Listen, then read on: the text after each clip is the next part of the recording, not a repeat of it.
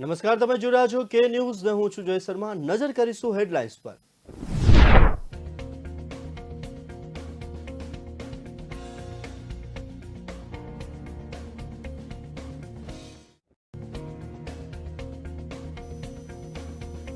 અફઘાનિસ્તાનમાં ભારતીય દૂતાવાસ ફરી ખોલવાની ચર્ચા વચ્ચે દિલ્હી ફરી એકવાર અફઘાનિસ્તાનને લઈને ચર્ચાનું કેન્દ્ર બન્યું।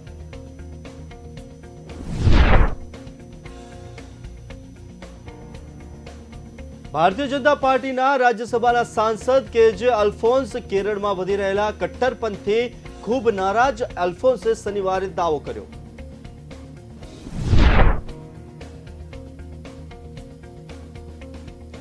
વડાપ્રધાન નરેન્દ્ર મોદી મંગળવારે શિમલામાં આયોજિત એક કાર્યક્રમમાં દેશભરની વિવિધ કલ્યાણકારી યોજનાઓ અને કાર્યક્રમોના લાભાર્થીઓ સાથે વાતચીત કરશે।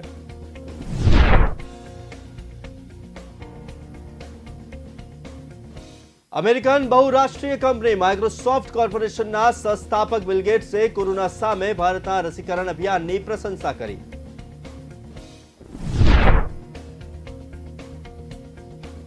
કર્ણાટકના મુખ્યપ્રધાન બસવરાજ બોમ્મૈયાએ શનિવારે કહ્યું કે વર્તમાન વડાપ્રધાન નરેન્દ્ર મોદીની તુલના ભૂતપૂર્વ વડાપ્રધાન જવાહરલાલ નહેરુ સાથે કરી શકાય નહીં। નજર કરીશું સમાચાર પર વિસ્તારથી। તો અફઘાનિસ્તાનમાં ભારતીય દૂતાવાસ ફરી ખોલવાની ચર્ચા વચ્ચે દિલ્હી ફરી એકવાર અફઘાનિસ્તાનને લઈને ચર્ચાનું કેન્દ્ર બન્યું છે।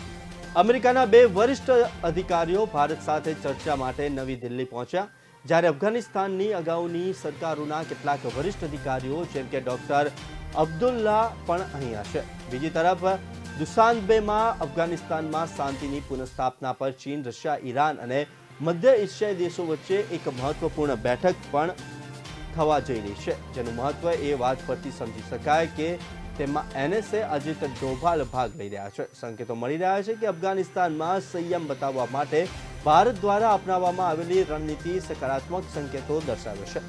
બીજી તરફ પાકિસ્તાન અને અફઘાનિસ્તાનના સંબંધોમાં થોડો તણાવ સ્પષ્ટ દેખાઈ રહ્યો છે।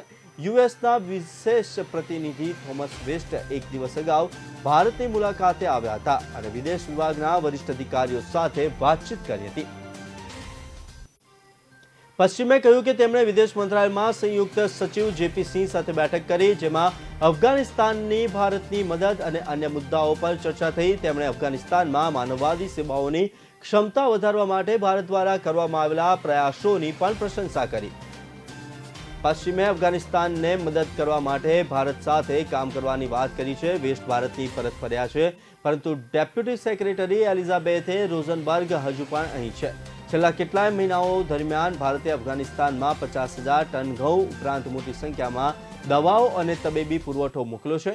એ પણ નોંધનીય છે કે તાલિબાનના આગમન બાદ અફઘાનિસ્તાનમાં ભારતની મદદથી ચાલી રહેલા ડઝનબંધ પ્રોજેક્ટનું ભવિષ્ય અંધકારમાં છે। ભારતે ત્યાં $3 અબજ પ્રોજેક્ટ પૂરા કર્યા છે। ડીએપીકે $2 અબજ પ્રોજેક્ટ પણ કામ કરી રહી છે। અફઘાનિસ્તાન પર ભારતની અન્ય દેશો સાથે વાતચીત ચાલુ છે।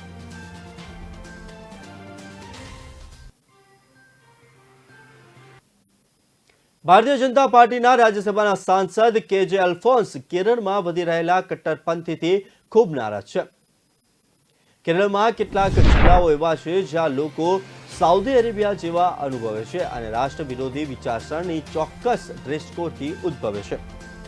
કેરળમાં વધી રહેલા કટ્ટરપંથીકરણ અંગે ચિંતા વ્યક્ત કરતા અલ્ફોન્સે કહ્યું કે કેરળમાં આપણે કટ્ટરપંથી ઇસ્લામ તરફ આમૂલ પરિવર્તન જોઈ રહ્યા છીએ। આ ખૂબ જ દુઃખદ છે। તમે કેરળના કોઈ પણ જિલ્લામાં જાઓ તો તમને એવું લાગશે કે તમે સાઉદી અરેબિયામાં છો। મને દેખાવમાં કોઈ સમસ્યા નથી, સમસ્યા વલણમાં પરિવર્તનની છે।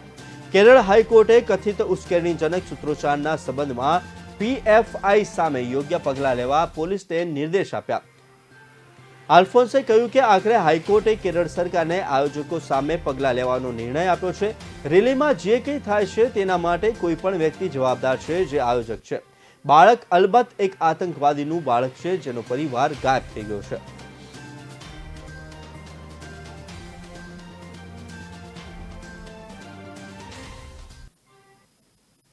વડાપ્રધાન નરેન્દ્ર મોદી મંગળવારે શિમલામાં આયોજિત એક કાર્યક્રમમાં દેશભરની વિવિધ કલ્યાણકારી યોજનાઓ અને કાર્યક્રમોના લાભાર્થીઓ સાથે વાતચીત કરશે। કેન્દ્રીય ગ્રામીણ વિકાસ મંત્રાલયે શનિવારે આ માહિતી આપી. મંત્રાલયે કહ્યું કે આ કાર્યક્રમમાં વડાપ્રધાન નરેન્દ્ર મોદી 21,000 કરોડ રૂપિયાની વધુની કિંમતના સન્માન નિધિનો 11મો હપ્તો પણ બહાર પાડશે. કાર્યક્રમમાં કેટલાક લાભાર્થીઓ શિમલામાં હાજર રહેશે, જ્યારે બાકીના તેમાં વર્ચ્યુઅલ રીતે સામેલ થશે. શનિવારે એક સત્તાવાર નિવેદનમાં મંત્રાલયે જણાવ્યું હતું કે ગરીબ કલ્યાણ સંમેલન શીર્ષકવાળી ઇવેન્ટને એ તમામ જિલ્લાઓમાં અત્યાર સુધીની સૌથી મોટી સિંગલ ઇવેન્ટ્સમાંની એક હશે, જ્યાં વડાપ્રધાન તેમના જીવન પર આ યોજનાઓ અને કાર્યક્રમોની અસર વિશે વાત કરશે. લાભાર્થીઓ સાથે વાર્તાલાપ કરો. રાજ્યની રાજધાનીઓ, જિલ્લા મુખ્યાલયો અને કૃષિ વિજ્ઞાન કેન્દ્ર પર એક સાથે કાર્યક્રમનું આયોજન કરવામાં આવશે, જ્યાં લાભાર્થીઓ મુખ્ય પ્રધાનો, કેન્દ્રીય અને રાજ્યના પ્રધાનો, સાંસદો, ધારાસભ્યો અને અન્ય ચૂંટાયેલા પ્રતિનિધિઓ સાથે વાર્તાલાપ કરશે. આમાંથી ઘણી યોજનાઓના લાભાર્થીઓની સંખ્યા કરોડોમાં છે. આ યોજનાઓ આવાસ, પીવાના પાણીની ઉપલબ્ધતા, ખોરાક, આરોગ્ય અને પોષણ, આજીવિકા અને નાણાકીય સમાવેશ વગેરે સહિતની વસ્તીના સૌથી ગરીબ વર્ગની સૌથી અઘરી સમસ્યાઓને સંબોધિત કરે છે. મંત્રાલયે વધુમાં જણાવ્યું હતું કે સંવાદ આ યોજનાઓના સંકલન અને સંતૃપ્તિની સંભાવનાને અન્વેષણ કરશે અને વર્ષ 2047માં આઝાદીના 100 વર્ષ પૂરા કરી રહ્યા હોવાથી ભારત માટે નાગરિકોની આકાંક્ષાનું મૂલ્યાંકન કરવાની તક આપશે. આ સાથે મંત્રાલયે વધુમાં કહ્યું કે એવી અપેક્ષા રાખવામાં આવે છે કે આ ક્રિયા પ્રતિક્રિયા નાગરિકોના જીવનને સરળ બનાવવા માટે આ યોજનાઓના લોકો કેન્દ્રિત અભિગમને જ પ્રકાશિત કરશે નહીં, પરંતુ સરકારને લોકોની આકાંક્ષાઓ વિશે પણ જાણ કરશે અને ખાતરી કરશે કે કોઈ દેશની પ્રગતિ માટે પાછળ રહેવું જોઈએ. તમને જણાવી દઈએ કે આ કાર્યક્રમ બીજેપી શાસિત હિમાચલ પ્રદેશમાં થઈ રહ્યો છે, જે આ વર્ષના અંતમાં વિધાનસભા ચૂંટણી યોજાવા જઈ રહી છે.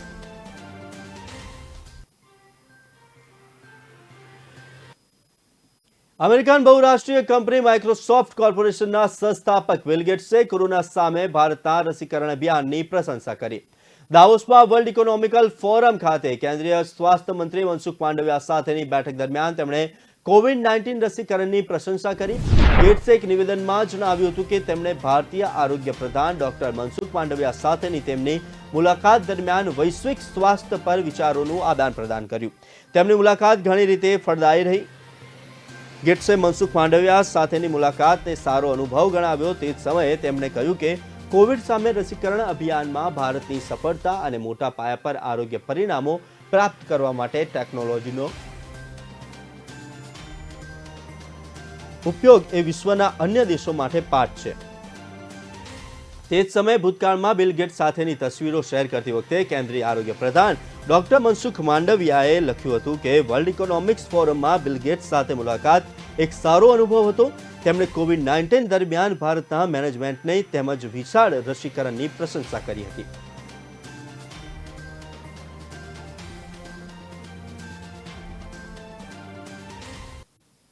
કર્ણાટકના મુખ્યપ્રધાન બસવરાજ બોમાઈએ શનિવારે કહ્યું કે વર્તમાન વડાપ્રધાન નરેન્દ્ર મોદીની તુલના ભૂતપૂર્વ વડાપ્રધાન જવાહરલાલ નહેરુ સાથે કરી શકાય નહીં. તેમણે દેશની એકતા અને અખંડિતતા સાથે જોડાયેલા મુદ્દાઓ પર મજબૂત પગલાં લેવા બદલ વડાપ્રધાન મોદીની પ્રશંસા કરી. નોંધનીય છે કે પૂર્વ વડાપ્રધાન જવાહરલાલ નહેરુની પુણ્યતિથિ નિમિત્તે એક કાર્યક્રમમાં બોલતા પૂર્વ મુખ્યમંત્રી સિદ્ધરામૈયાએ કહ્યું હતું કે મોદી અને નહેરુની સરખામણી ન થઈ શકે. તેમણે કહ્યું હતું કે ક્યાં છે નહેરુ, ક્યાં છે મોદી, તે જમીન અને આકાશની સરખામણી કરવા જેવું છે. સિદ્ધારમૈયાની ટિપ્પણીના જવાબમાં બોમ્બેયાએ શનિવારે કહ્યું હતું કે નહેરુની સરખામણી મોદી સાથે સ્વાભાવિક રીતે ન થઈ શકે, કારણ કે 1962માં જ્યારે ચીને ભારત પર હુમલો કર્યો ત્યારે નહેરુએ કડક અને યોગ્ય પગલાં લીધા ન હતા. સરહદી વિસ્તારો ચીનને આપવામાં આવ્યા હતા. તે જ સમયે સરહદ પર તાજેતરની અથડામણ દરમિયાન નરેન્દ્ર મોદીએ ચીનને જોરદાર જવાબ આપ્યો અને સરહદ વિસ્તારોને બચાવ્યા. વળી તેમણે પાકિસ્તાન સાથે કોઈ કરાર કર્યો નથી. તેમણે ભારતની એકતા અને અખંડિતતા માટે કામ કર્યું છે. આવા અનેક ઉદાહરણો છે. તેમણે મોદીએ ભારતને મજબૂત બનાવ્યું છે, તેથી તેની કોઈ સરખામણી થઈ શકે નહીં. કોંગ્રેસ વિધાયક દળના નેતાની આરએસએસ વિરુદ્ધ ટિપ્પણી અંગેના પ્રશ્નના જવાબમાં મુખ્યમંત્રીએ કહ્યું કે હું માત્ર એટલું પૂછવા માંગુ છું કે સિદ્ધારમૈયા ક્યાંથી આવ્યા છે, તેઓ દ્રવિડ છે કે આર્યો? પહેલા તેમણે આ વાત જણાવો.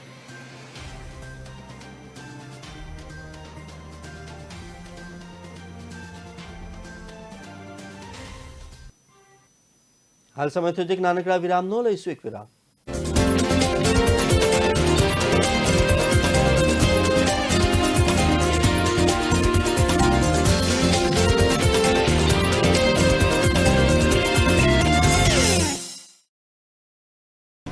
પ્રજાના પ્રાણ પ્રશ્નોને વાચા આપે છે કે ન્યૂઝ.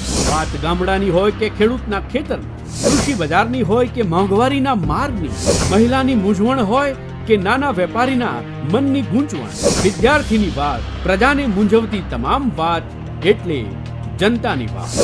ઉઠાવો ફોન અને ડાયલ કરો. જે ન્યૂઝ રજૂ કરશે જનતાની વાત, જનતાના મુખે. દર રવિવારે સાંજે 7:30 થી 9:30 મેરેથોન માહિતી રજૂ કરતો ફોન ઇન કાર્યક્રમ જનતાની વાત.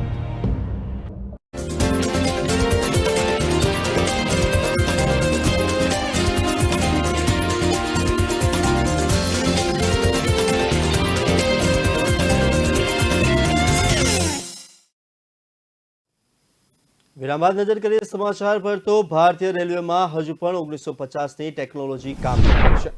તેને બદલવી પડશે. નવી ટેકનોલોજી વિશે માહિતી મેળવવા માટે દેશમાં જવા માંગો છો ત્યાં જાઓ, ત્યાં ટેકનોલોજી લાવો અને તેનો ઉપયોગ કરો. તમને જે જોઈએ તે હું આપીશ.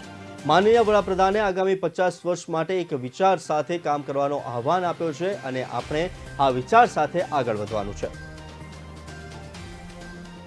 રેલવે મંત્રી અશ્વિની વૈષ્ણવ આયોજિત ભારતીય રેલવેના એવોર્ડ ફંક્શનમાં ભાગ લેતા આ વાત કહી હતી. રેલવે અધિકારીઓ અને કર્મચારીઓને સંબોધતા રેલવે મંત્રીએ કહ્યું કે જો દેશની કાયાપલટ કરવી હશે તો રેલવેની કાયાપલટ કરવી પડશે. જો કે પરિવર્તન એટલું સરળ નથી. આ માટે તમારે સખત મહેનત કરવી પડશે. મહેનતની પ્રકાષ્ઠા પાર કરવી પડશે. ઉપર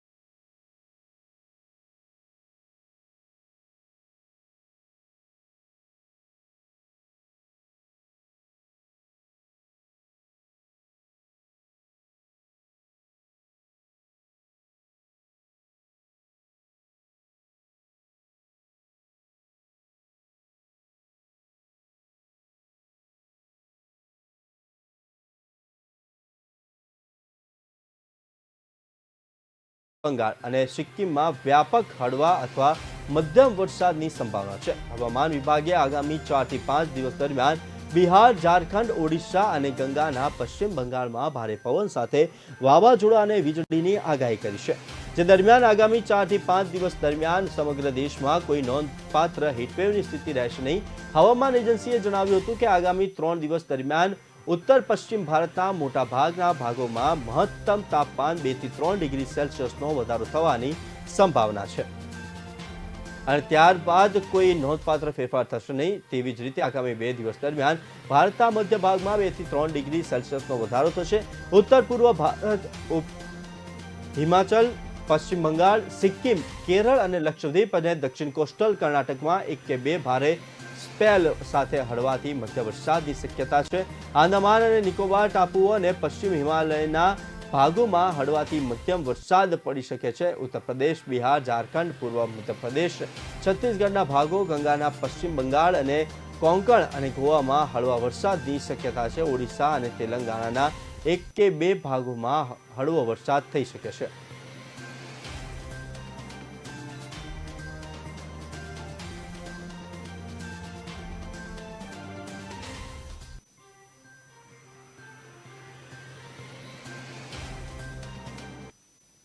રાજ્યમાં છેલ્લા 24 કલાકમાં કોરોનાના 37 નવા કેસ નોંધાયા અને 31 દર્દી સાજા થયા છે. સતત 21મા દિવસે રાજ્યમાં દૈનિક મૃત્યુઆંક શૂન્ય રહ્યો છે. આજે અમદાવાદ શહેરમાં 18 નવા કેસ નોંધાયા છે.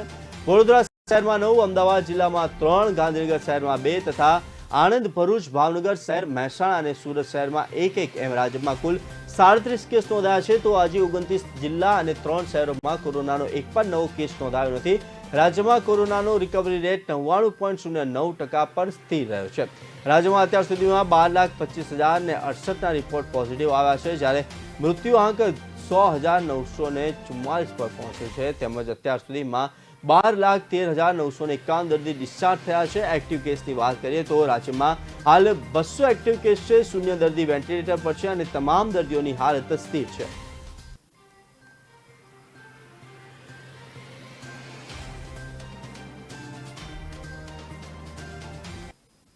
મહાનગરપાલિકા શહેરમાં ગેરકાયદેસર બાંધકામો તોડી નથી રહેતી, ત્યાં નવા અનધિકૃત બાંધકામો દબાણો તણાઈ જતા હોય છે.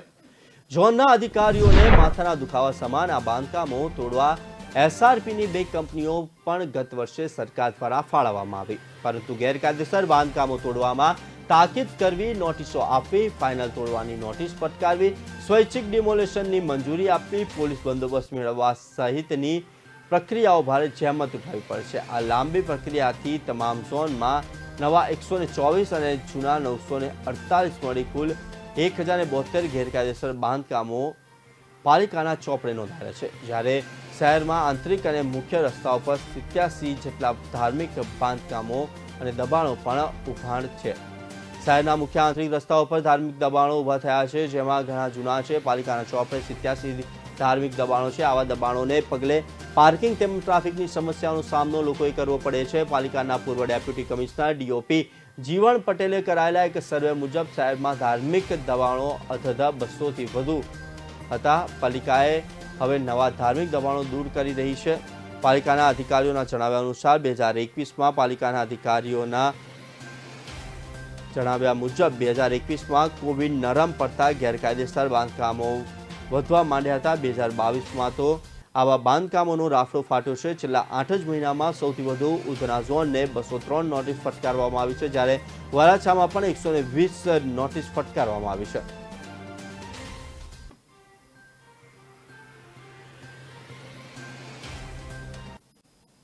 ભાગીદારીનો ધંધો શરૂ કરવામાં 3 મિત્રોએ વ્હાઇટની એન્ટ્રી લેવાના ચક્કરમાં 18 લાખની રોકડ ગુમાવી છે. આ અંગે ઉમરા પોલીસમાં કોલેજિયન યુવકે ફરિયાદ આપી, જેના આધારે પોલીસે 3 જણા સામે ઠગાઈનો ગુનો નોંધ્યો છે. મોટા વરાછા માધવ દર્શન સોસાયટીમાં રહેતા 19 વર્ષીય નીલ પરેશ દોંગા તેના મિત્રો સાથે ભાગીદારીમાં ધંધો શરૂ કરવાનો પ્લાન બનાવ્યો હતો. આ ધંધા માટે વ્હાઇટની એન્ટ્રી જોઈતી હતી. આથી નીલના મિત્રએ 18 લાખની રકમ નીતિન માંગુકિયાની લક્ઝરિયા બિઝનેસ હબમાં આપવા જવાની વાત કરી હતી. આથી 18 લાખની રોકડ બેગમાં મૂકી નીલ અને કૃણાલ કારમાં ડુમસ રોડ પર લક્ઝરિયા બિઝનેસ હબના પાર્કિંગમાં આવ્યા હતા. પાર્કિંગમાં આવતી કારમાં 18 લાખની રકમ મૂકી બંને નીતિન માંગુકિયાની ઓફિસ પર ગયા હતા. ઓફિસમાં નીતિન સાથે મિતુલ અને અંકિત બેઠા હતા, જ્યાં આરટીજીએસ બાબતે પૂછતા નીતિને બેંકમાંથી આરટીજીએસ કરવાની વાત કરી હતી. ત્યાર પછી તેમણે કારમાંથી 18 લાખની રકમ લઈ અંકિતને આપી દીધા હતા. પછી અંકિત, નીલ અને તેના મિત્ર સાથે કારમાં બેસી બેંકમાં જવા નીકળ્યા હતા. રસ્તામાં રિંગ રોડ પર પેટ્રોલ પંપ પાસે નીતિને ગાડી ઊભી રાખવી, એક ભાઈ અહીંયા આવે છે અને તેના ચેકમાં સહી કરવાની છે એવું કહીને કારમાંથી ઉતરી અજાણ્યા સાથે બાઇક પર બેસી ભાગી ગયો હતો. થોડા સમય સુધી રાહ જોયા બાદ નીલ તેના મિત્ર સાથે બેંકમાં આરટીજીએસનું ફોર્મ અને ચેક લઈને ગયો હતો. તપાસ કરાવી તો ખાતામાં બેલેન્સ ન હતું. આ અંગે ઉમરા પોલીસે નીતિન, તુષા માંગુકિયા તેમજ મિતુલ દિનેશ અને અંકિત સામે ઠગાઈનો ગુનો નોંધ્યો છે.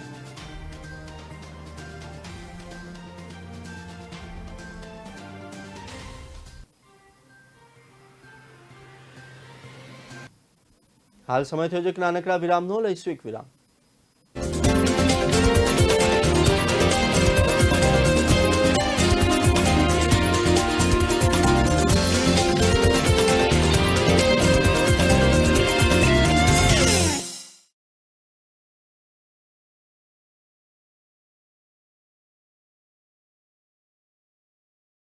कामयाबी की असली पहचान तभी होती है जब उसकी बुनियाद मजबूत हो, क्योंकि जिन्हें खुद पर भरोसा हो उनकी ताकत कभी कम नहीं होती है। इसलिए भरोसा करिए सिर्फ विकी पावर प्लस टीएमटी बात पर। अब घर बनेगा स्ट्रांग, चलेगा लाइफ लॉन्ग।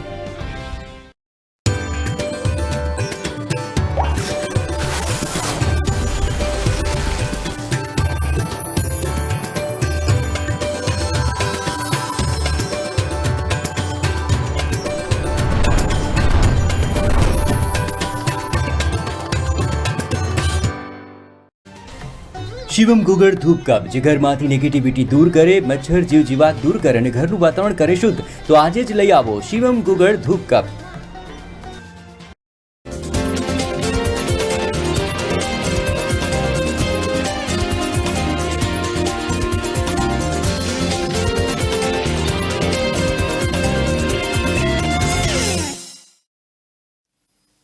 વિરામ બાદ નજર કરીએ સમાચાર પર તો દક્ષિણ પશ્ચિમી ગરમ પવનની અસરથી આગામી અઠવાડિયામાં અમદાવાદ સહિત રાજ્યના મોટાભાગના વિસ્તારોમાં ગરમીનો પારો 1 થી 2 ડિગ્રી વધવાની શક્યતા છે।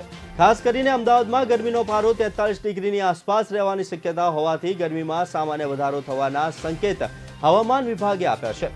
હવામાન વિભાગના આંકડા મુજબ શનિવારે અમદાવાદનું મહત્તમ તાપમાન 41 ડિગ્રી અને લઘુત્તમ તાપમાન 28.5 ડિગ્રી નોંધાયું હતું।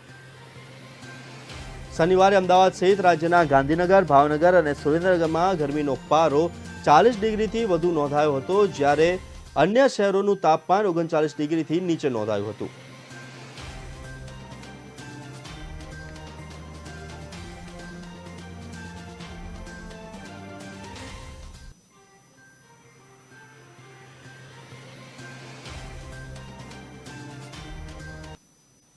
રાજકોટ શહેરમાં છેલ્લા 1 મહિનાથી ભારે ગરમી પડી રહી છે। લોકો તેનાથી ત્રાહિમામ પોકારી ઉઠ્યા છે, પણ મનપાને તેનાથી ફાયદો થયો છે, કારણ કે મનપાએ જ્યાં જ્યાં સોલર પાવર પેનલ મૂકી છે તે તમામમાં હાલ 100% અને અમુકમાં તો તેના કરતાં પણ વધારે ક્ષમતાએ વીજ ઉત્પાદન થઈ રહ્યું છે, જેનો કુલ આંક દૈનિક 36,000 થી 38,000 રૂપિયા જેવો થઈ રહ્યો છે। રાજકોટ મનપાના રોશની વિભાગના ઇજનેરી બીડી જીવાણીએ જણાવ્યું હતું કે શહેરમાં 1200 કિલોવોલ્ટની ક્ષમતાની ઓનગ્રીડ સોલાર પાવર પેનલ અલગ અલગ સ્થળોએ લગાવેલી છે। એક ક્વોલિટીની પૂર્ણ ક્ષમતા 4 યુનિટ પ્રતિ દિવસની છે, પણ ઉનાળામાં અમુક પેનલ 4.5 વોટ સુધી ઉત્પાદન આપી શકે છે। તેથી આ ગણતરીને હાલ સરેરાશ 4,800 યુનિટ જેટલું વીજ ઉત્પાદન થઈ રહ્યું છે અને એક યુનિટ દીઠ 7.5 રૂપિયા લેખે હિસાબ કરતા 36,000 રૂપિયાની વીજળી ઉત્પાદિત થઈ રહી છે। આ કારણે અલગ અલગ કચેરીઓના વીજ બિલમાં રાહત મળે છે। હાલ જે પેનલ નખાઈ છે તેનો ખર્ચ 45,000 પ્રતિ કિલોવોટના દરે આવે છે। જો કે 4 કે 5 વર્ષમાં તેની પૂરી કિંમતના વીજ બિલની બચત થાય છે અને પછી તેનો ફાયદો લાંબા ગાળે મળતો રહેશે। રાજકોટ મનપાની 3 ઝોન ઓફિસ, સ્વિમિંગ પુલ, મવડીની આવાસ યોજના, mayor bungalow, library, community hall તેમજ ઝૂ અને ફાયર સ્ટેશન સહિત મનપાએ 45 સ્થળે સોલાર પેનલ ફિટ કરી છે। આ સોલાર પેનલનું આયુષ્ય 25 વર્ષનું હોય છે, જ્યારે ઇન્વર્ટર 5 વર્ષ સુધી ચાલે છે, તેમ ઇજનેરો જણાવી રહ્યા છે। રાજકોટ મહાનગરપાલિકાએ જે સોલાર પેનલ નાખી છે તેના ફાયદા અંગે ગત નાણાકીય વર્ષમાં અભ્યાસ કરાયો હતો, જેમાં જાણવા મળ્યું હતું કે કુલ 16 લાખથી વધારે યુનિટનું ઉત્પાદન થયું હતું। 2021માં મનપાના પાવર પ્લાન્ટની ક્ષમતા 900 કિલોવોલ્ટ હતી, તેમાં ગત વર્ષે વધારો કરીને 1200 પહોંચાડવામાં આવી છે। ચાલુ બજેટમાં હજુ પણ વધુ સોલાર પેનલ લગાવવા જોગવાઈ કરવામાં આવી છે।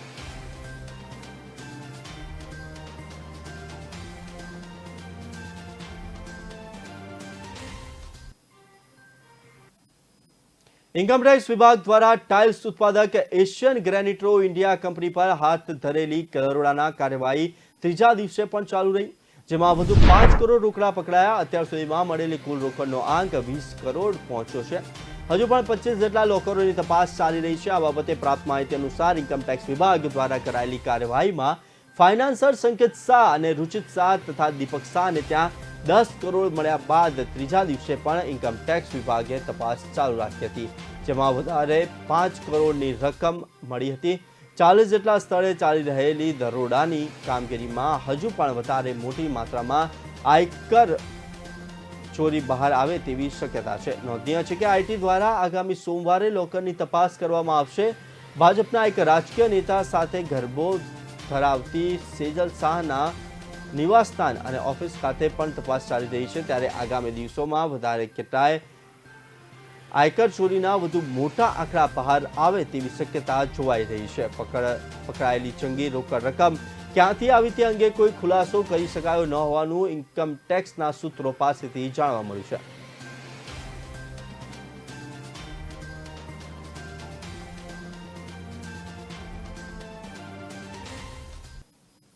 કેન્દ્ર શાસિત પ્રદેશ દીવ ખાતે વર્ષોથી વીજળીનું બિલ ઓછા પ્રમાણમાં આવતું હતું. થોડા સમય પહેલા સંઘ પ્રદેશ પ્રશાસન દ્વારા વીજળીની બાગડોર પ્રાઇવેટ કંપની ટોરેન્ટો પાવરના હાથમાં જતા દીવ જિલ્લામાં વીજળીનું બિલ ડબલ ત્રબલ આવવા લાગ્યું છે. દીવની જનતામાં રોષ જોવા મળી રહ્યો છે, જેથી દીવની ગ્રામીણ વિસ્તારની મહિલાઓએ કલેક્ટર કચેરીએ વિરોધ પ્રદર્શન કર્યું. આ બાબત દીવ પ્રશાસનીય અધિકારીઓએ ધ્યાનમાં લેતા દીવ કલેક્ટર ફરમાન બ્રહ્માએ કોન્ફરન્સ હોલમાં મહિલાઓ સાથે રૂબરૂ થઈ મહિલાઓની રજૂઆત સાંભળી હતી. જ્યારે મહિલાઓમાં ગણગણાટ જોવા મળ્યો હતો, જેમાં દીવમાં આજ સુધી આટલું ભરખમ બિલ ક્યારે આવ્યું નથી. બિલમાં જે વધારો થયો છે તેને લઈને ગરીબ લોકોનો ગુજારો મુશ્કેલ છે. ઓછા પગારમાં ઘર ભાડું, બાળકોનું ભરણ પોષણ વગેરે કરવું પડે છે. જો વીજળીના બિલમાં આ રીતે વધારો થશે તો ગરીબ લોકોનો ગુજરાન ચલાવવાનું મુશ્કેલ થશે. તેથી આ બાબતે યોગ્ય કાર્યવાહી કરવા કલેક્ટરને વિનંતી કરી હતી. આ બાબતે દીવ કલેક્ટર ફરમાન બ્રહ્માએ મહિલાઓની વાત સાંભળીને યોગ્ય કાર્યવાહી કરવા જણાવ્યું હતું અને આ વિષય પર પ્રશાસનીય અધિકારીઓ અને ટોરેન્ટો પાવરના હોદ્દેદારો સાથે ચર્ચા કરી હતી. દીવ દમણ દાદરા નગર હવેલીમાં વિદ્યુત વિભાગના ખાનગીકરણની વાતને લઈને હંમેશા વાદ વિવાદ સર્જાયા છે. ખાનગીકરણ થતા પહેલા જ લોકો રોષમાં હતા અને ખાનગીકરણ થયા બાદ દીવ જિલ્લાની જનતા વીજળીના બિલમાં ધરખમ વધારો આવતા હેરાન પરેશાન છે.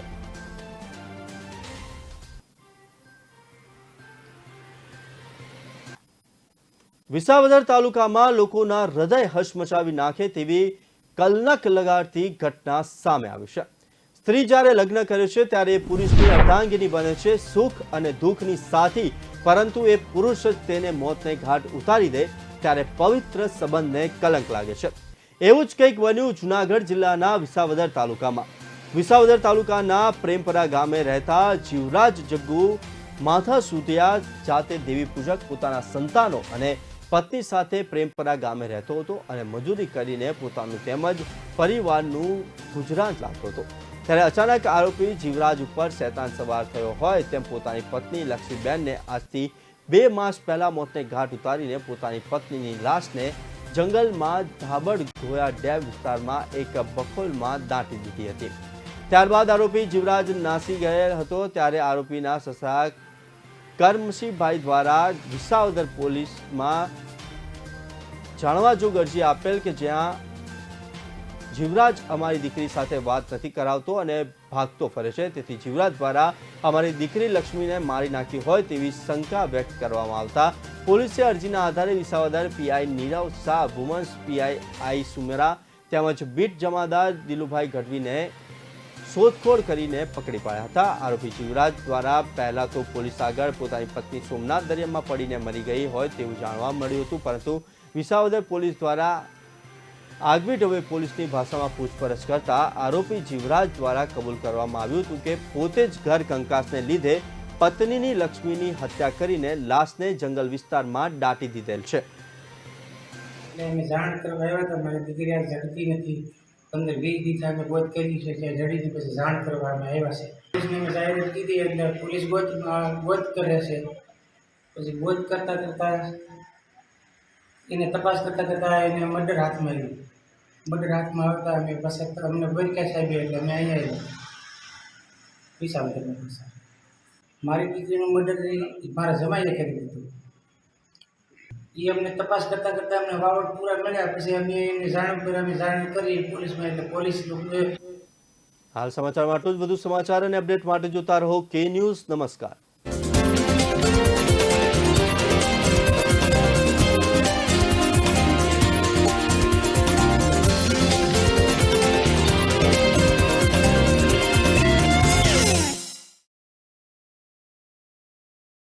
प्यारे देशवासियों, नमस्कार। आज फिर एक बार मन की बात के माध्यम से आप सभी कोटि कोटि मेरे परिवारजनों से मिलने का अवसर मिला है।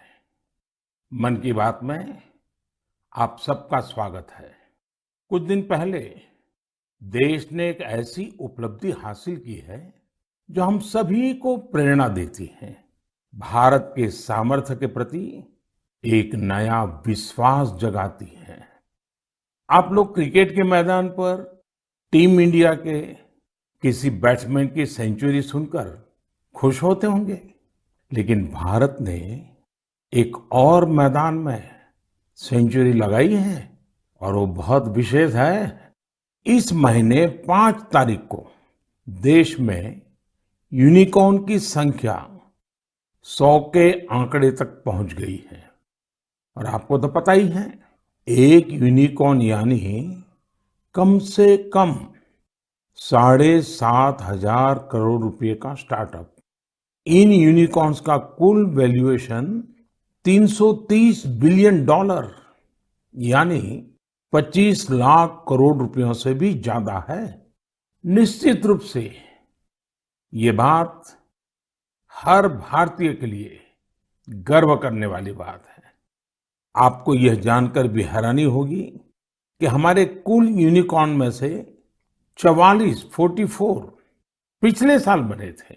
इतना ही नहीं, इस वर्ष के 3-4 महीने में ही 14 और नए यूनिकॉर्न बन गए।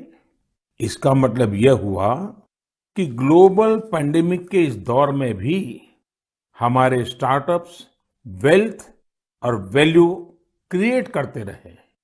इंडियन यूनिकॉर्न्स का average annual growth rate USA, UK और अन्य कई देशों से भी ज्यादा है। एनालिस्ट का तो ये भी कहना है कि आने वाले वर्षों में इस संख्या में तेज उछाल देखने को मिलेगी। एक अच्छी बात ये भी है कि हमारे यूनिकॉर्न्स डाइवर्सिफाइंग है। ये e commerce, fintech, edtech, biotech जैसे कई क्षेत्रों में काम कर रहे हैं। एक और बात जिसे मैं ज्यादा अहम मानता हूं वो ये है कि स्टार्टअप्स की दुनिया न्यू इंडिया की स्पिरिट को रिफ्लेक्ट कर रही है। आज भारत का स्टार्टअप इकोसिस्टम सिर्फ बड़े शहरों तक ही सीमित नहीं है। छोटे छोटे शहरों और कस्बों से भी एंटरप्रेन्योर सामने आ रहे हैं। इससे पता चलता है कि भारत में जिसके पास इनोवेटिव आइडिया है वो वेल्थ क्रिएट कर सकता है।